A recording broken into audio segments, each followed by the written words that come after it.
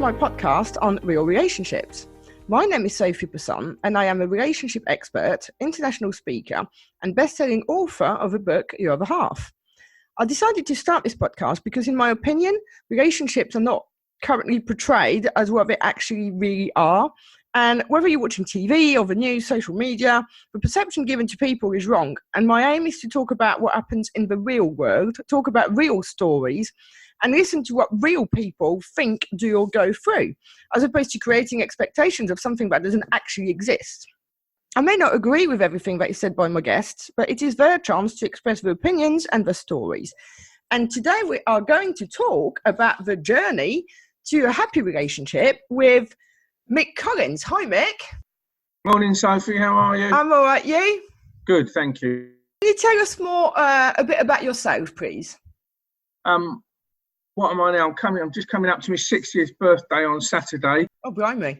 I'm not looking forward to that, but at least I'm still alive. I didn't expect that at some stages in my life. I'm a chocolatier. So I make fine handmade chocolates. And that's not my background. My background really was the Navy and then the Metropolitan Police before I resurrected the chocolates again. So I got married a year ago. Okay. So do you want to tell us a bit more about your relationship history? Blimey, yeah, I've kissed a lot. I'm sure there's some stories there. Not many I can tell now. No, I bet. I've kissed a lot of frogs and toads and weasels and sloths. Yeah, it's been a funny one. I was married for 20 years. When I was 26 when I got married. I was a young lad in the Navy and, young, fit and keen to get out and see the world. I had a girl in every port. As they say, yeah. No, I didn't. I went around the world, thankfully. And, we enjoyed everything that the single life brought, really. The lads, great fun, great camaraderie, great times. And then I left the Navy and went up to London and got married. I met a naval nurse. She was a naval nurse. When I was in the Navy, I was injured and flown from Germany to the naval hospital, as it was, Haslar. And when I came round from profuse vomiting in a silver bowl, the girl that I then married was holding the bowl. Fair enough. Love at first sight. Little nurse uniform, which helped. And yeah, we were married for 20 years. She's a great girl, wonderful girl, still one of the best human beings I've ever known. But, we grew apart. We were very different. We were very young. And we wanted different things out of life, and we wanted to live life differently.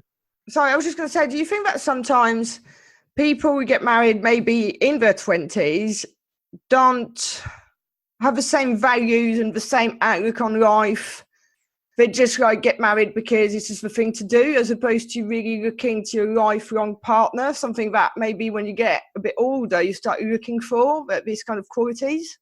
Yeah, definitely. I think, you can get carried away with the marriage thing if you're not careful, especially, you get to sort of mid-20s or something and there's people around you getting married. And, a great mate of mine did it. He got married and years later I said to him, why did you ever marry what's-her-face? And he said, well, because you got married, which was a weird reason. It didn't last long, but, he sort of got wrapped away with it and thought, well, everybody else is doing it. And I think as well, you're a different person, as much as you don't think you are, when you're in your 20s, your views and everything and your way you want to live your life and everything you're set on and, you're a grown up and you know what you want. But 10 years later, it can be so different. And 10 years after that, it can be so different. And people change, don't they? That's the thing. Completely. I think when I met my first wife, she was very homely and from a big family. And I didn't have that family for various reasons at home. And, I probably fell in love with the whole setup, this great family that I hadn't had, and I could become part of it. And those things maybe were more important than what we wanted from life individually and together. And I think that's a very fair point. I mean, there was a chap I went out with a few years back, and I think I've probably stayed with him longer because of his family rather than for him, if that makes sense. Yeah. Oh, yeah. Well, people do, don't they? Stay. Yeah. For all sorts of reasons, for financial reasons, for the kids, because they're comfortable. I remember saying to a mate after I left home, he said, I was in a bit of a state because, my son was maybe 11 or 12 Mm-hmm. And he sort of said to me, you know, well, you haven't got on for years, you're better off out of it, you know, sort of thing. And I said, well, yeah, but I miss my life. Yeah. For 20 years, that was my life, you know, not just my wife and the routine, I suppose. You know, I missed the bloke who I'd never spoken to when I went out the front door on a Sunday. He was hoeing the garden every Sunday, smoking his pipe, because that was my whole routine of my whole life. And you're, as a bloke often, I think probably more than the girls, I liken it a bit like that crane thing in the fun fair that comes down and grabs you, picks you up and drops you somewhere else. Felt like that, you know, everything was familiar, and everywhere I lived and all the neighbours and everything I did suddenly in one instant changed and transformed. Not so for my ex-wife, because she had the house and the kids and all that side of it still, so she had some familiarity still. Yeah, and I think that's a fair point.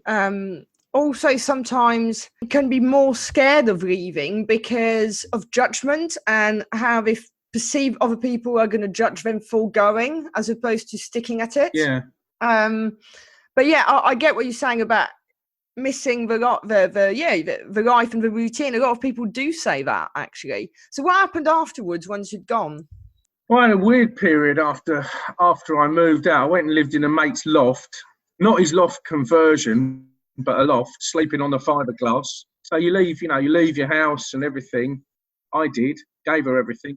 And you end up in a loft. And ended up in my mate's loft in a town I'd never been to. And, you know, everything is a real shock. It took me a long time to adjust, really did. It was a real shocker. And I found the best thing to do really was to try and fill my time, because otherwise, I mean, I managed to find a dodgy mortgage broker who managed to get me a mortgage, even though I probably should never have got one.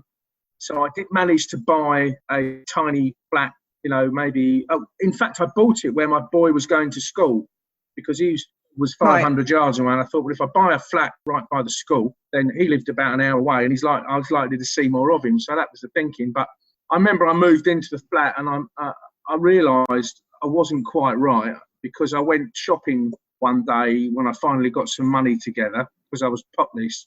And I remember coming back from IKEA with a soup ladle, which I've never used to this day, an egg cup and something else, when I didn't even have a table or chairs or anything. I opened the front door of the flat into the communal hallway, and there was a whole pile of yellow pages. So I dragged them all in. There must have been 70 or 80 of them. And I made an armchair out of the yellow pages. And I pointed it at the corner of where the television would have been if I had a television, but I didn't have one. So I sort of sat in the Yellow Pages armchair and started drinking, really. And that led to a bit of a grim period. I was drinking far too much for probably 2.5 years. And then, you know, eventually, I think after about 3 months of sulking, I threw the curtains open, joined the gym, cut down on the drink, and, you know, started to get out there. And all my people I worked with were trying to fix me up with their mates and things like that, which was very kind of them. So, and I wasn't really ready to meet anyone, you know. It's the last thing I wanted after 20 years. But I did like to have a date, you know, once a week. If I had a date, that's all it would, you know, I wasn't ready for anything else. And I think this is the thing, you know, a lot of people actually do the opposite, and they try to find anyone to replace that family unit they've just lost. Yeah, no. And guess what? It never works out. Yeah, I think you have to have, you can't be a monkey hanger. You know, some people in life, I think of them as monkey hangers. You know, a monkey won't let go one branch until it's got hold of another. And in relationships, you don't want to be like that. You've got to have a period in between where you sit and think maybe about what's gone wrong. I think, you know, what you did right, what you did wrong. You know, if you're attracting or being attracted by the wrong things, if you want a relationship, of course not everybody does, I suppose. But I think you're right. I mean, I always say that to people. If you don't deal with the emotional baggage, you're going to start to attract a certain type of person, because, you know, whether we like it or not, every single breakup we have contributed to, you know, and it is finding what part you played in it, even if it's just as being passive in the relationship. So what happened after that? Did you meet someone else after a while? Or? What I used to do, I actually was so shallow that I had an organizer at the time, a Scion electronic organizer. Whenever I met a girl, because my priority was my son, I would put the date in it. And then what I would do is 3 months later, I'd put a memo in there to dump them after 3 months. Because then there was no attachment, there was no grief. It was always the honeymoon period. And when I look back, it was a blooming happy period of my life. It was a very shallow period, but, you know, because after that, you start then to get, well, why can't we go out on a Sunday, you know? And Sunday was my day with my boy. And, you know, you start to get more demands. And, you know, these people weren't any more right for me, the girls, than I was for them. And when I met someone, I would say, look, I'm going to put in my diary that, you know, we need to stop seeing each other in 3 months' time. I can remember saying it, and some of them would laugh and think I was joking. And then on the day, 3 months, I'd send them a message saying, look, I'm really sorry, but, you know, it's been lovely knowing you. But because I just wasn't... But the 3 months... The 3 months rule, yeah. So don't get me wrong. I mean, I got dumped. I've been blown out more times than a windsock. So it's mainly me that was dumped. Nevertheless, then, of course, eventually, I suppose, because of my age as well, you think it would be nice to meet somebody, you know, rather than a 3-monther. And so then I started to try and look. I wasn't quite as bad as the mate whose loft I was living in before I moved into my flat. Can I just ask a question about that time when you were living with him? Did he ever bring someone back home and he just crept out of the loft, which could have led to some really interesting... Well, I used to want to come out the loft at times, and of course I couldn't because I'd have been in the way. But yeah, no, I'm not sure that whether he knew I was even in or out half the time. But yeah, it was... Oh, God, it was in Biggin Hill as well, and I had a view of the airfield in the back. It was an amazing loft experience, but it was very itchy. The fiberglass is very itchy. And I didn't own anything, you see, because literally I left home with nothing. I walked straight out the door, gave my ex everything, the house, the car, the cat, kids, everything. So, you know, you just suddenly think, well, everything I've got is what I've got here, is what I'm wearing. It's a weird time. So then I went out with a few different people. I can remember going out with a mad Scottish tattooed motorcyclist for a while, who I called the Frothing Loon. But we managed to last 3.5 years. I'm not quite sure how. And you get something out of everything, but it was never meant to be. And I think I had a weird feeling. I think because the relationship, my marriage in my eyes had failed, I blamed myself. And then the next relationship I got into, I thought, well, if this fails, then it must all be my fault, which is a crazy way of looking at it. Because, as I say, you've got to kiss a lot of frogs. It is far more common than you would believe. Yeah, I went out with a Frothing Loon for 3.5 years, but I still had this terrible fear of being on my own.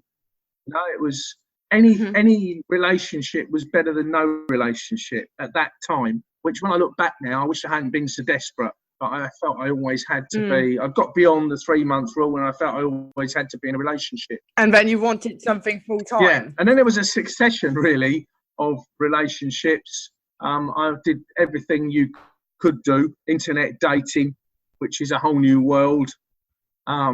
People I learned then have perhaps a slightly different opinion of who they are and what they are, and how they look and how they present. And I ended up in another 5-year relationship. A girl I met at a Christmas do. She was lovely, and we had 5 years, and we were going to get married. She cancelled the wedding two weeks before. Okay. How did you feel about that? Well, I made the comment, really, that ensured we'd never get back together, because when she said, how do I feel? And she was sobbing about it. And I said, well, part of me feels a bit relieved. That wasn't a good line, I realised. If there was ever a chance of getting it sorted and I think she was a bit desperate to get married. Her dad was old and dying, and I think she wanted to get married a bit too quickly. I made it slightly difficult by moving to another country, which probably didn't help the relationship very much. Well, the idea being is she was going to come and join me. You know, we went to Cyprus many times together on holiday. She said she loved it. I said, imagine living out here. I got fed up with this country and paying 40% tax and, you know, all the rest of it. And I thought, let's up and move. So I did. And she was supposed to follow me, but her parents got very old and infirm. And really, we were very different. You know, we'd go to do's, and my mates would say to me, what's the matter with you? And I'd say, nothing. And they'd say, well, you're not yourself. And I realised that every time they were saying I wasn't myself is when I was with Yasmin, because I didn't feel I could be myself. You know, I was treading on eggshells. She was had a different, really, sense of humour to me. Probably most people have a different sense of humour to me. And I think probably if I was myself with her, I used to upset her. So then when we were in a group, I'd have to be what she wanted me to be, and it wasn't me.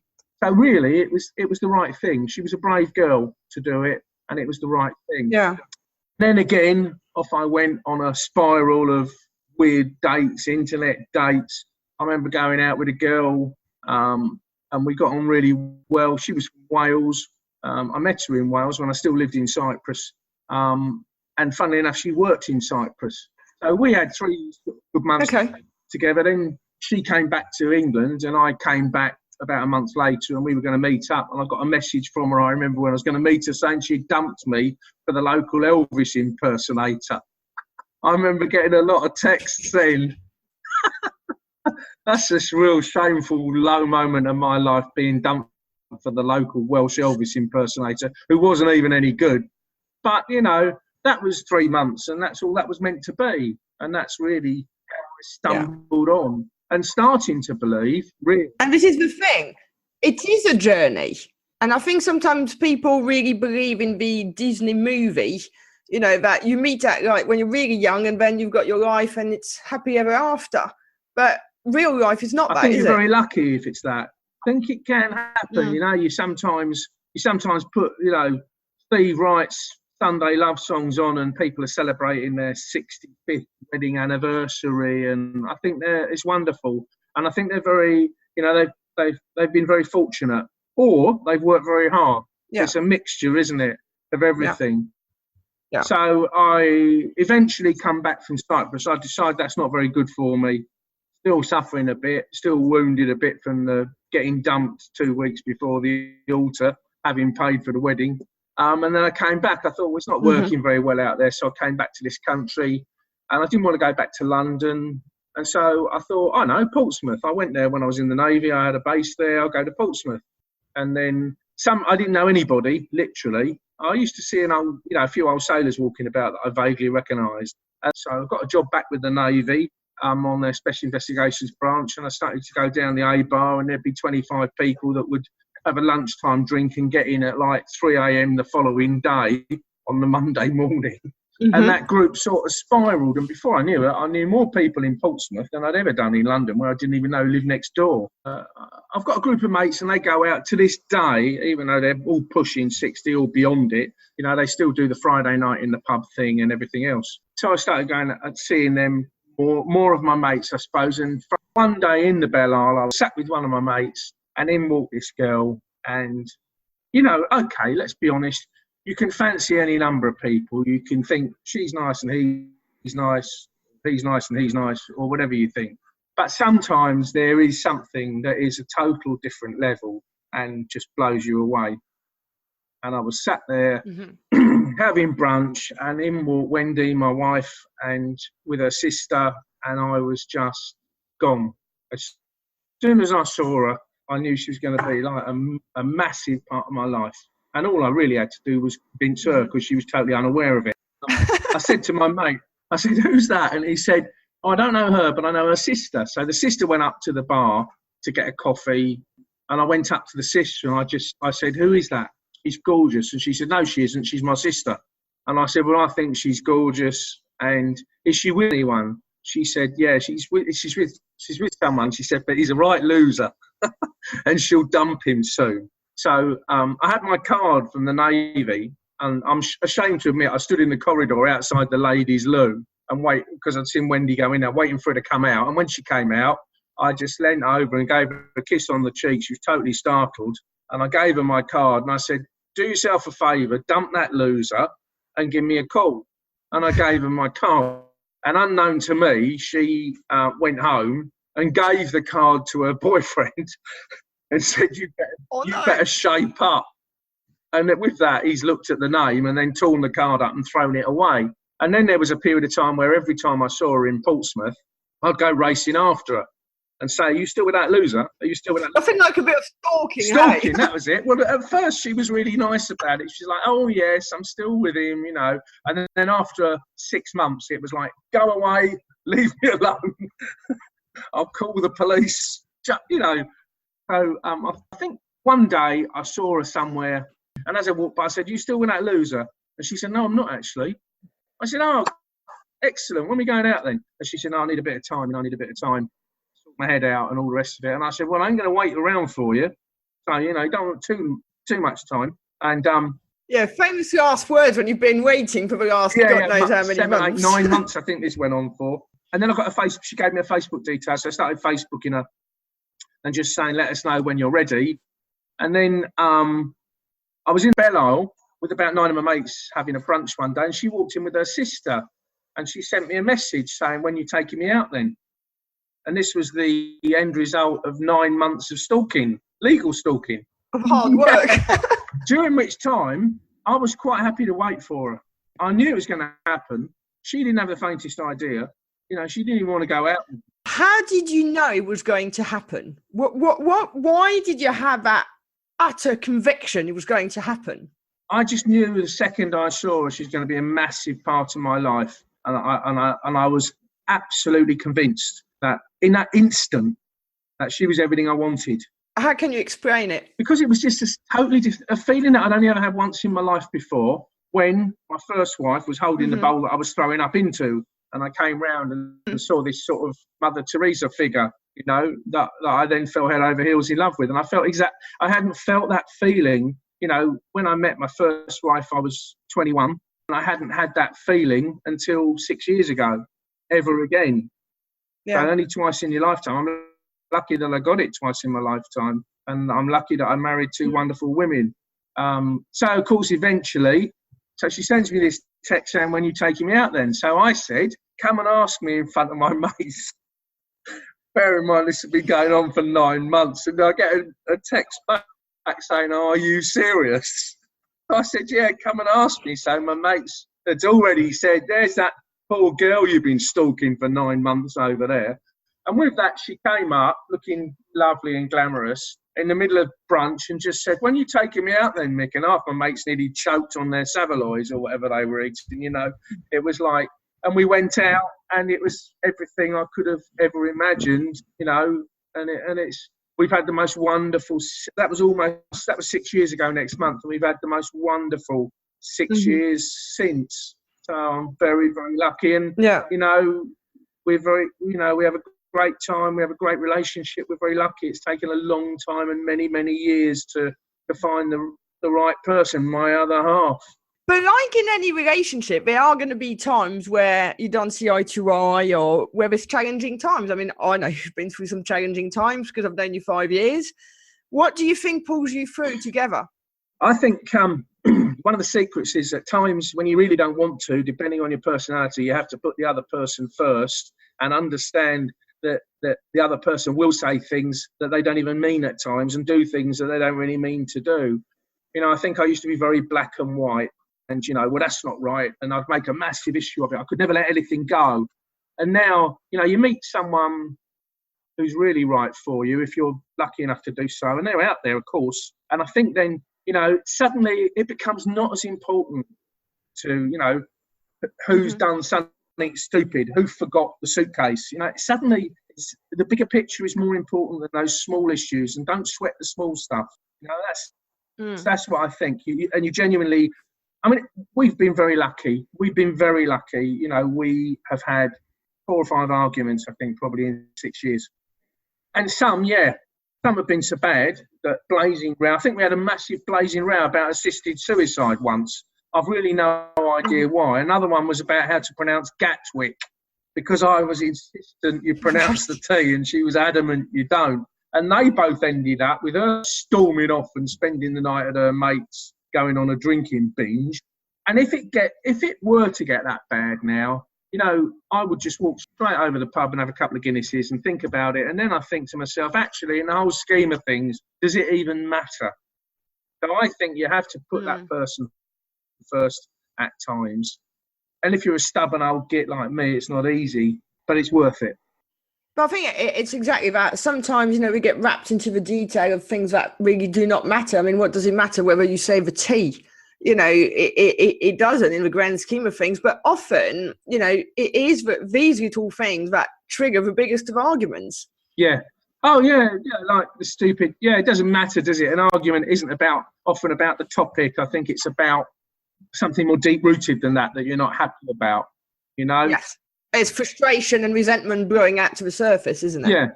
I've always said to Wendy, you know, if you've got a problem with anything I've said or done, you know, because what's happened before in relationships is people sit and simmer on things, don't they? And they let them build up and build up and build up. And then suddenly it's terminal.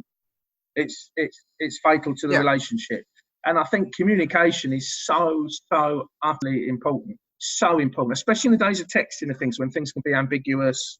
I think, you know, so I say to her now, you know, like, if I've been an arsehole, tell me, and then we'll talk about it. And before it builds, we go from there. It builds up, sit there and you can say, you know, actually, I don't really like it when you do that or whatever. And it's dealt with at a much easier level and more casually, rather than letting it build up and take on some significance that it never should have.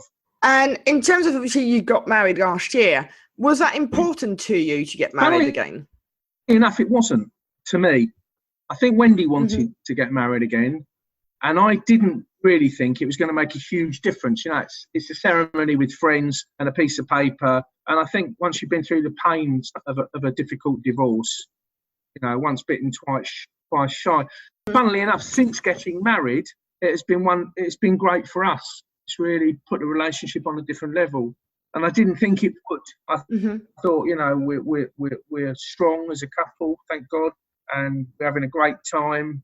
You know, almost I upset the apple cart, but I knew it's what she wanted, and you know, and then I thought, well, why not if it's what she wants?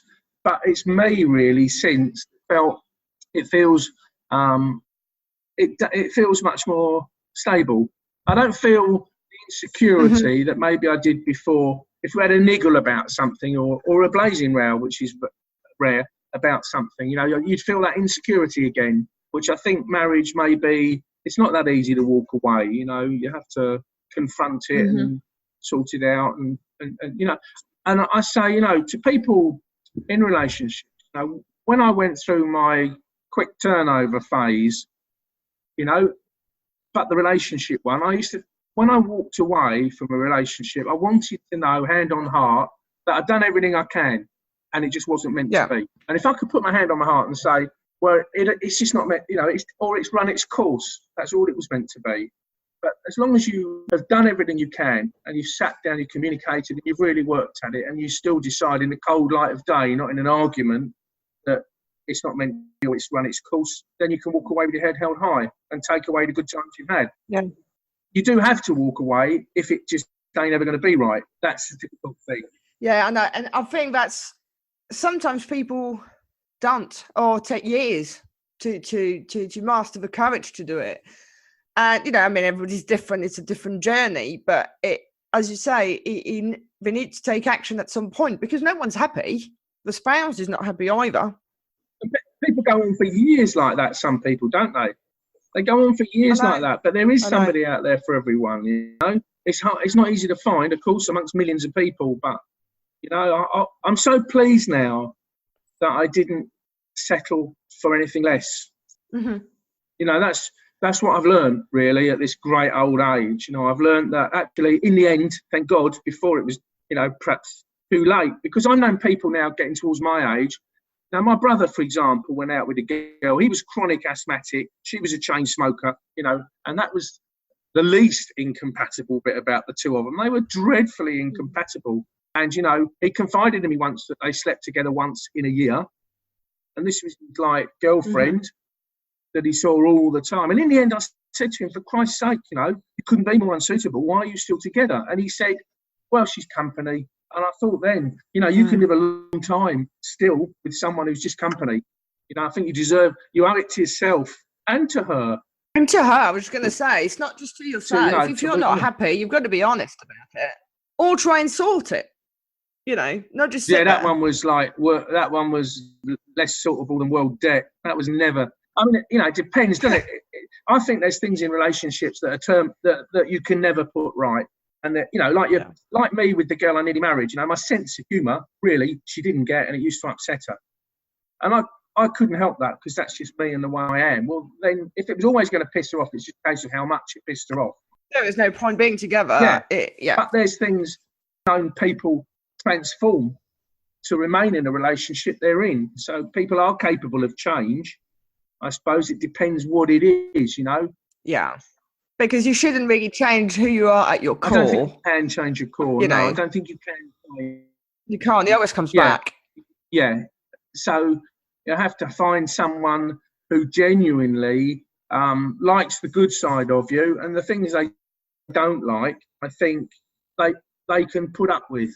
No one's perfect. I still maintain in this world, you never get. I mean, you know, here I am now, a year into our marriage, happier than I've ever been in life. Thank God. I'm very, very lucky. But you don't get 100% of what you want in any one person. I don't believe that. There's always something that if you could perhaps tweak or change. But at the same time, you're going to get as close to perfection for you as you can. Because I think that, you know, as you said, so your sense of humour wasn't right for this other woman. But, you know, sometimes your flaws and your quirks are very similar to the other person, for instance. So they're not so irritating to them because they're similar. Yeah. And as you say, you've got to sometimes tweak certain things and adjust and compromise, isn't it? Put the other person's not feelings first, but I'm trying to think, like, you know, let's just say something that I was doing would really annoy someone. If it was, right, there was a boyfriend, one of the things he really did that annoyed me, I don't know why, but if he had a cup of tea and a Mars bar or whatever, when the cup was empty, he would put the wrapper in the cup. And I can't stand that, because the minute you've got to go and fish it out to put it in the bin, or fingers that are full of tea and he goes everywhere, you tried to put it in the bin, it's nothing major, is it? And it didn't actually last anyway.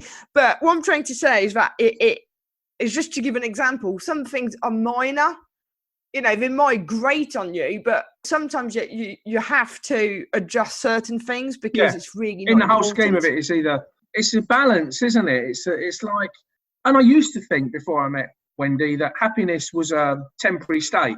That, you know, the best you could hope for was to be content, not really wake up every day and think I'm happy. And I've realised now that actually you can get beyond contentedness and you can be happy, you know, consistently.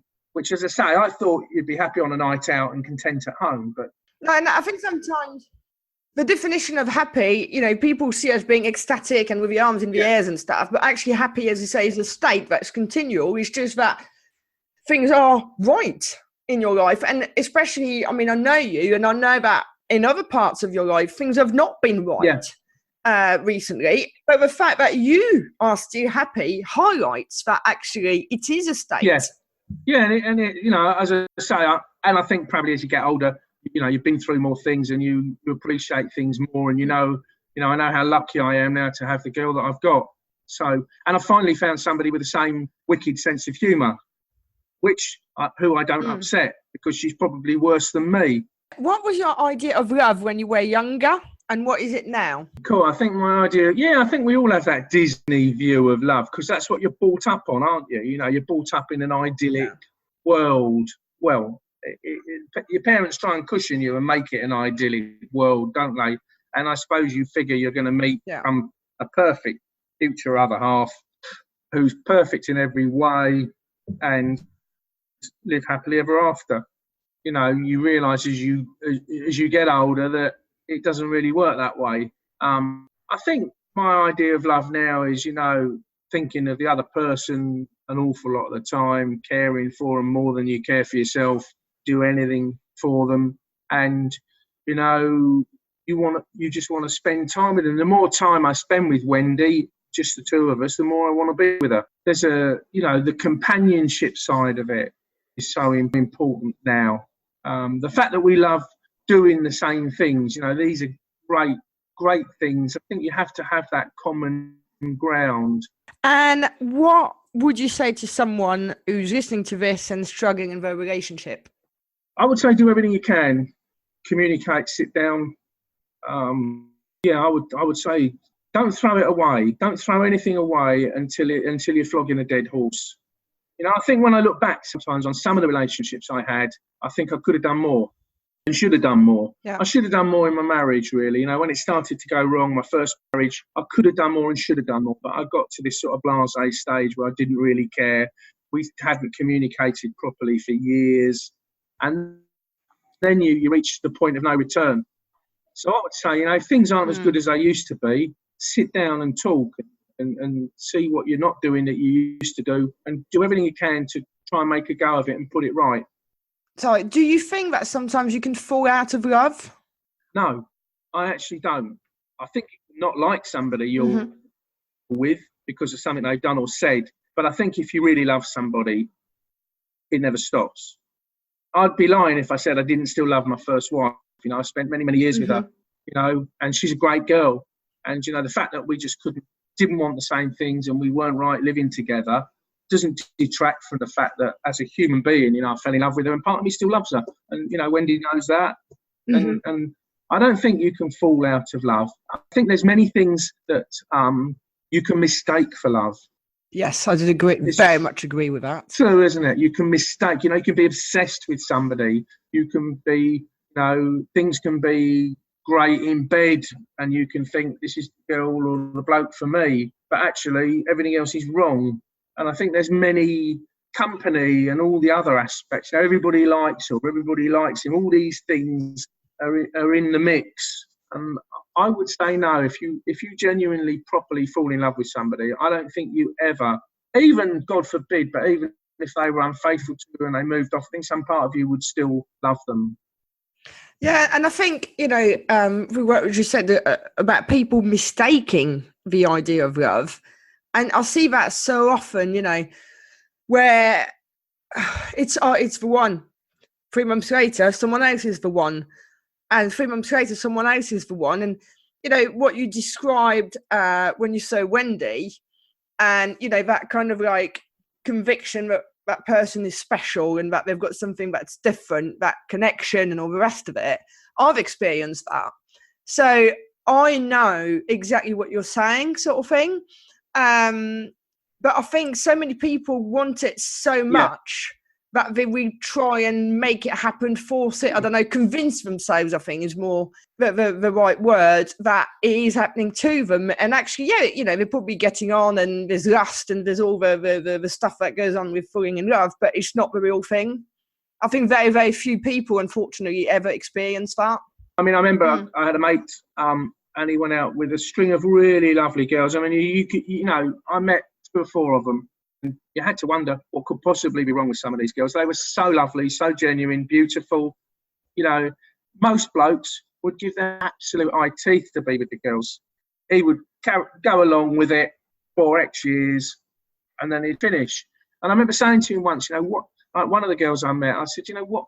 Because he never had a bad word to say about her. In fact, the only negative thing I ever heard him say about her was that she was showering with gifts and presents too much, to the point of it being a bit embarrassing. Every time she'd come back from the shops, she'd got in clothes and gifts and God knows what, and it was a bit too much for him. That was his only complaint. She'd even go to the football with him. This is a Wonder Woman. And in the end, I said to him, why on earth would you split up with a girl like that, with a woman like that, and a partner like that? And he said, because there was just one thing missing, and it was that magic fairy dust. He said, and you can't create that if it's not there. No, you can't. It's there, isn't it? No matter how much you want that bit, that ingredient to be there. I know, you can't force it. It just, there's no way. There's that kind of click and chemistry, isn't it? Yeah, and that is really the toughest thing, isn't it? So much else can be right. You can have so much in common. Everybody can love, your partner. You can have a real laugh with them. You can have wonderful sex with them. All these things could be right. But if that little ingredient isn't there that just gives you that buzz above anything else to be with them, then unfortunately, ultimately, unless you're satisfied with that, I suppose, for whatever reason, for whatever circumstance. If you're satisfied with that, at different ages, maybe you would be. But for most of us, that's what we're searching for, isn't it? And it's so rare. That's why I was like a dog with a bone when I met Wendy. I didn't want to let it go because I knew I hadn't felt that way for donkey's years about anyone. Yeah. And finally, do you have any regrets? I suppose my regret, if I have a regret now with Wendy, it's I didn't meet her earlier. But then, of course, it may not have worked earlier. That's the thing. Probably not. But now, every minute, if I have every minute of the rest of my days with her, I know it's softly, but it wouldn't be enough. So, I think the only reason I'd like to be a bit younger now is because we'd have more time and do more together. No, I think, like you said earlier, people can be too desperate to want to get into a relationship when it's not the right time for them. And then you bounce, don't you, from one to another, to another, to another, to another, trying to make it work, trying to get it right. I think you've got to have that. When I look back, you say about regrets, that I've been single for quite periods of time, but I think I needed to be at that time. I needed to join the damn canoe club, even though I didn't want to circumnavigate the Isle of Wight, but it was at that time, it was something I had to do, because if I was in a canoe trying to circumnavigate the Isle of Wight, I think I managed Hayling Island, not quite the Isle of Wight. But, then I wasn't sitting there thinking, what's wrong with me? Why can't I find someone? I ain't that bad. Okay, I need to lose a few pounds and I ain't as young as I used to be. But, you think if you're more involved in, I threw myself into things when I was single that filled my time. And then I worried less about it. And then I'd finally get my head in a position where I thought, if it's going to happen, it will happen. Don't be too desperate about it. And then when you're more relaxed, it's likely to be the right person for you than just the monkey branch syndrome. Let go of that branch. Concentrate on yourself for a bit. Exactly. I knew it would be an epic journey when I asked you to do this. Thank you so much for your time and for sharing the story. And to everybody else, if you enjoyed the show, then please subscribe, leave us a review, and more importantly, come back next week. Thank you.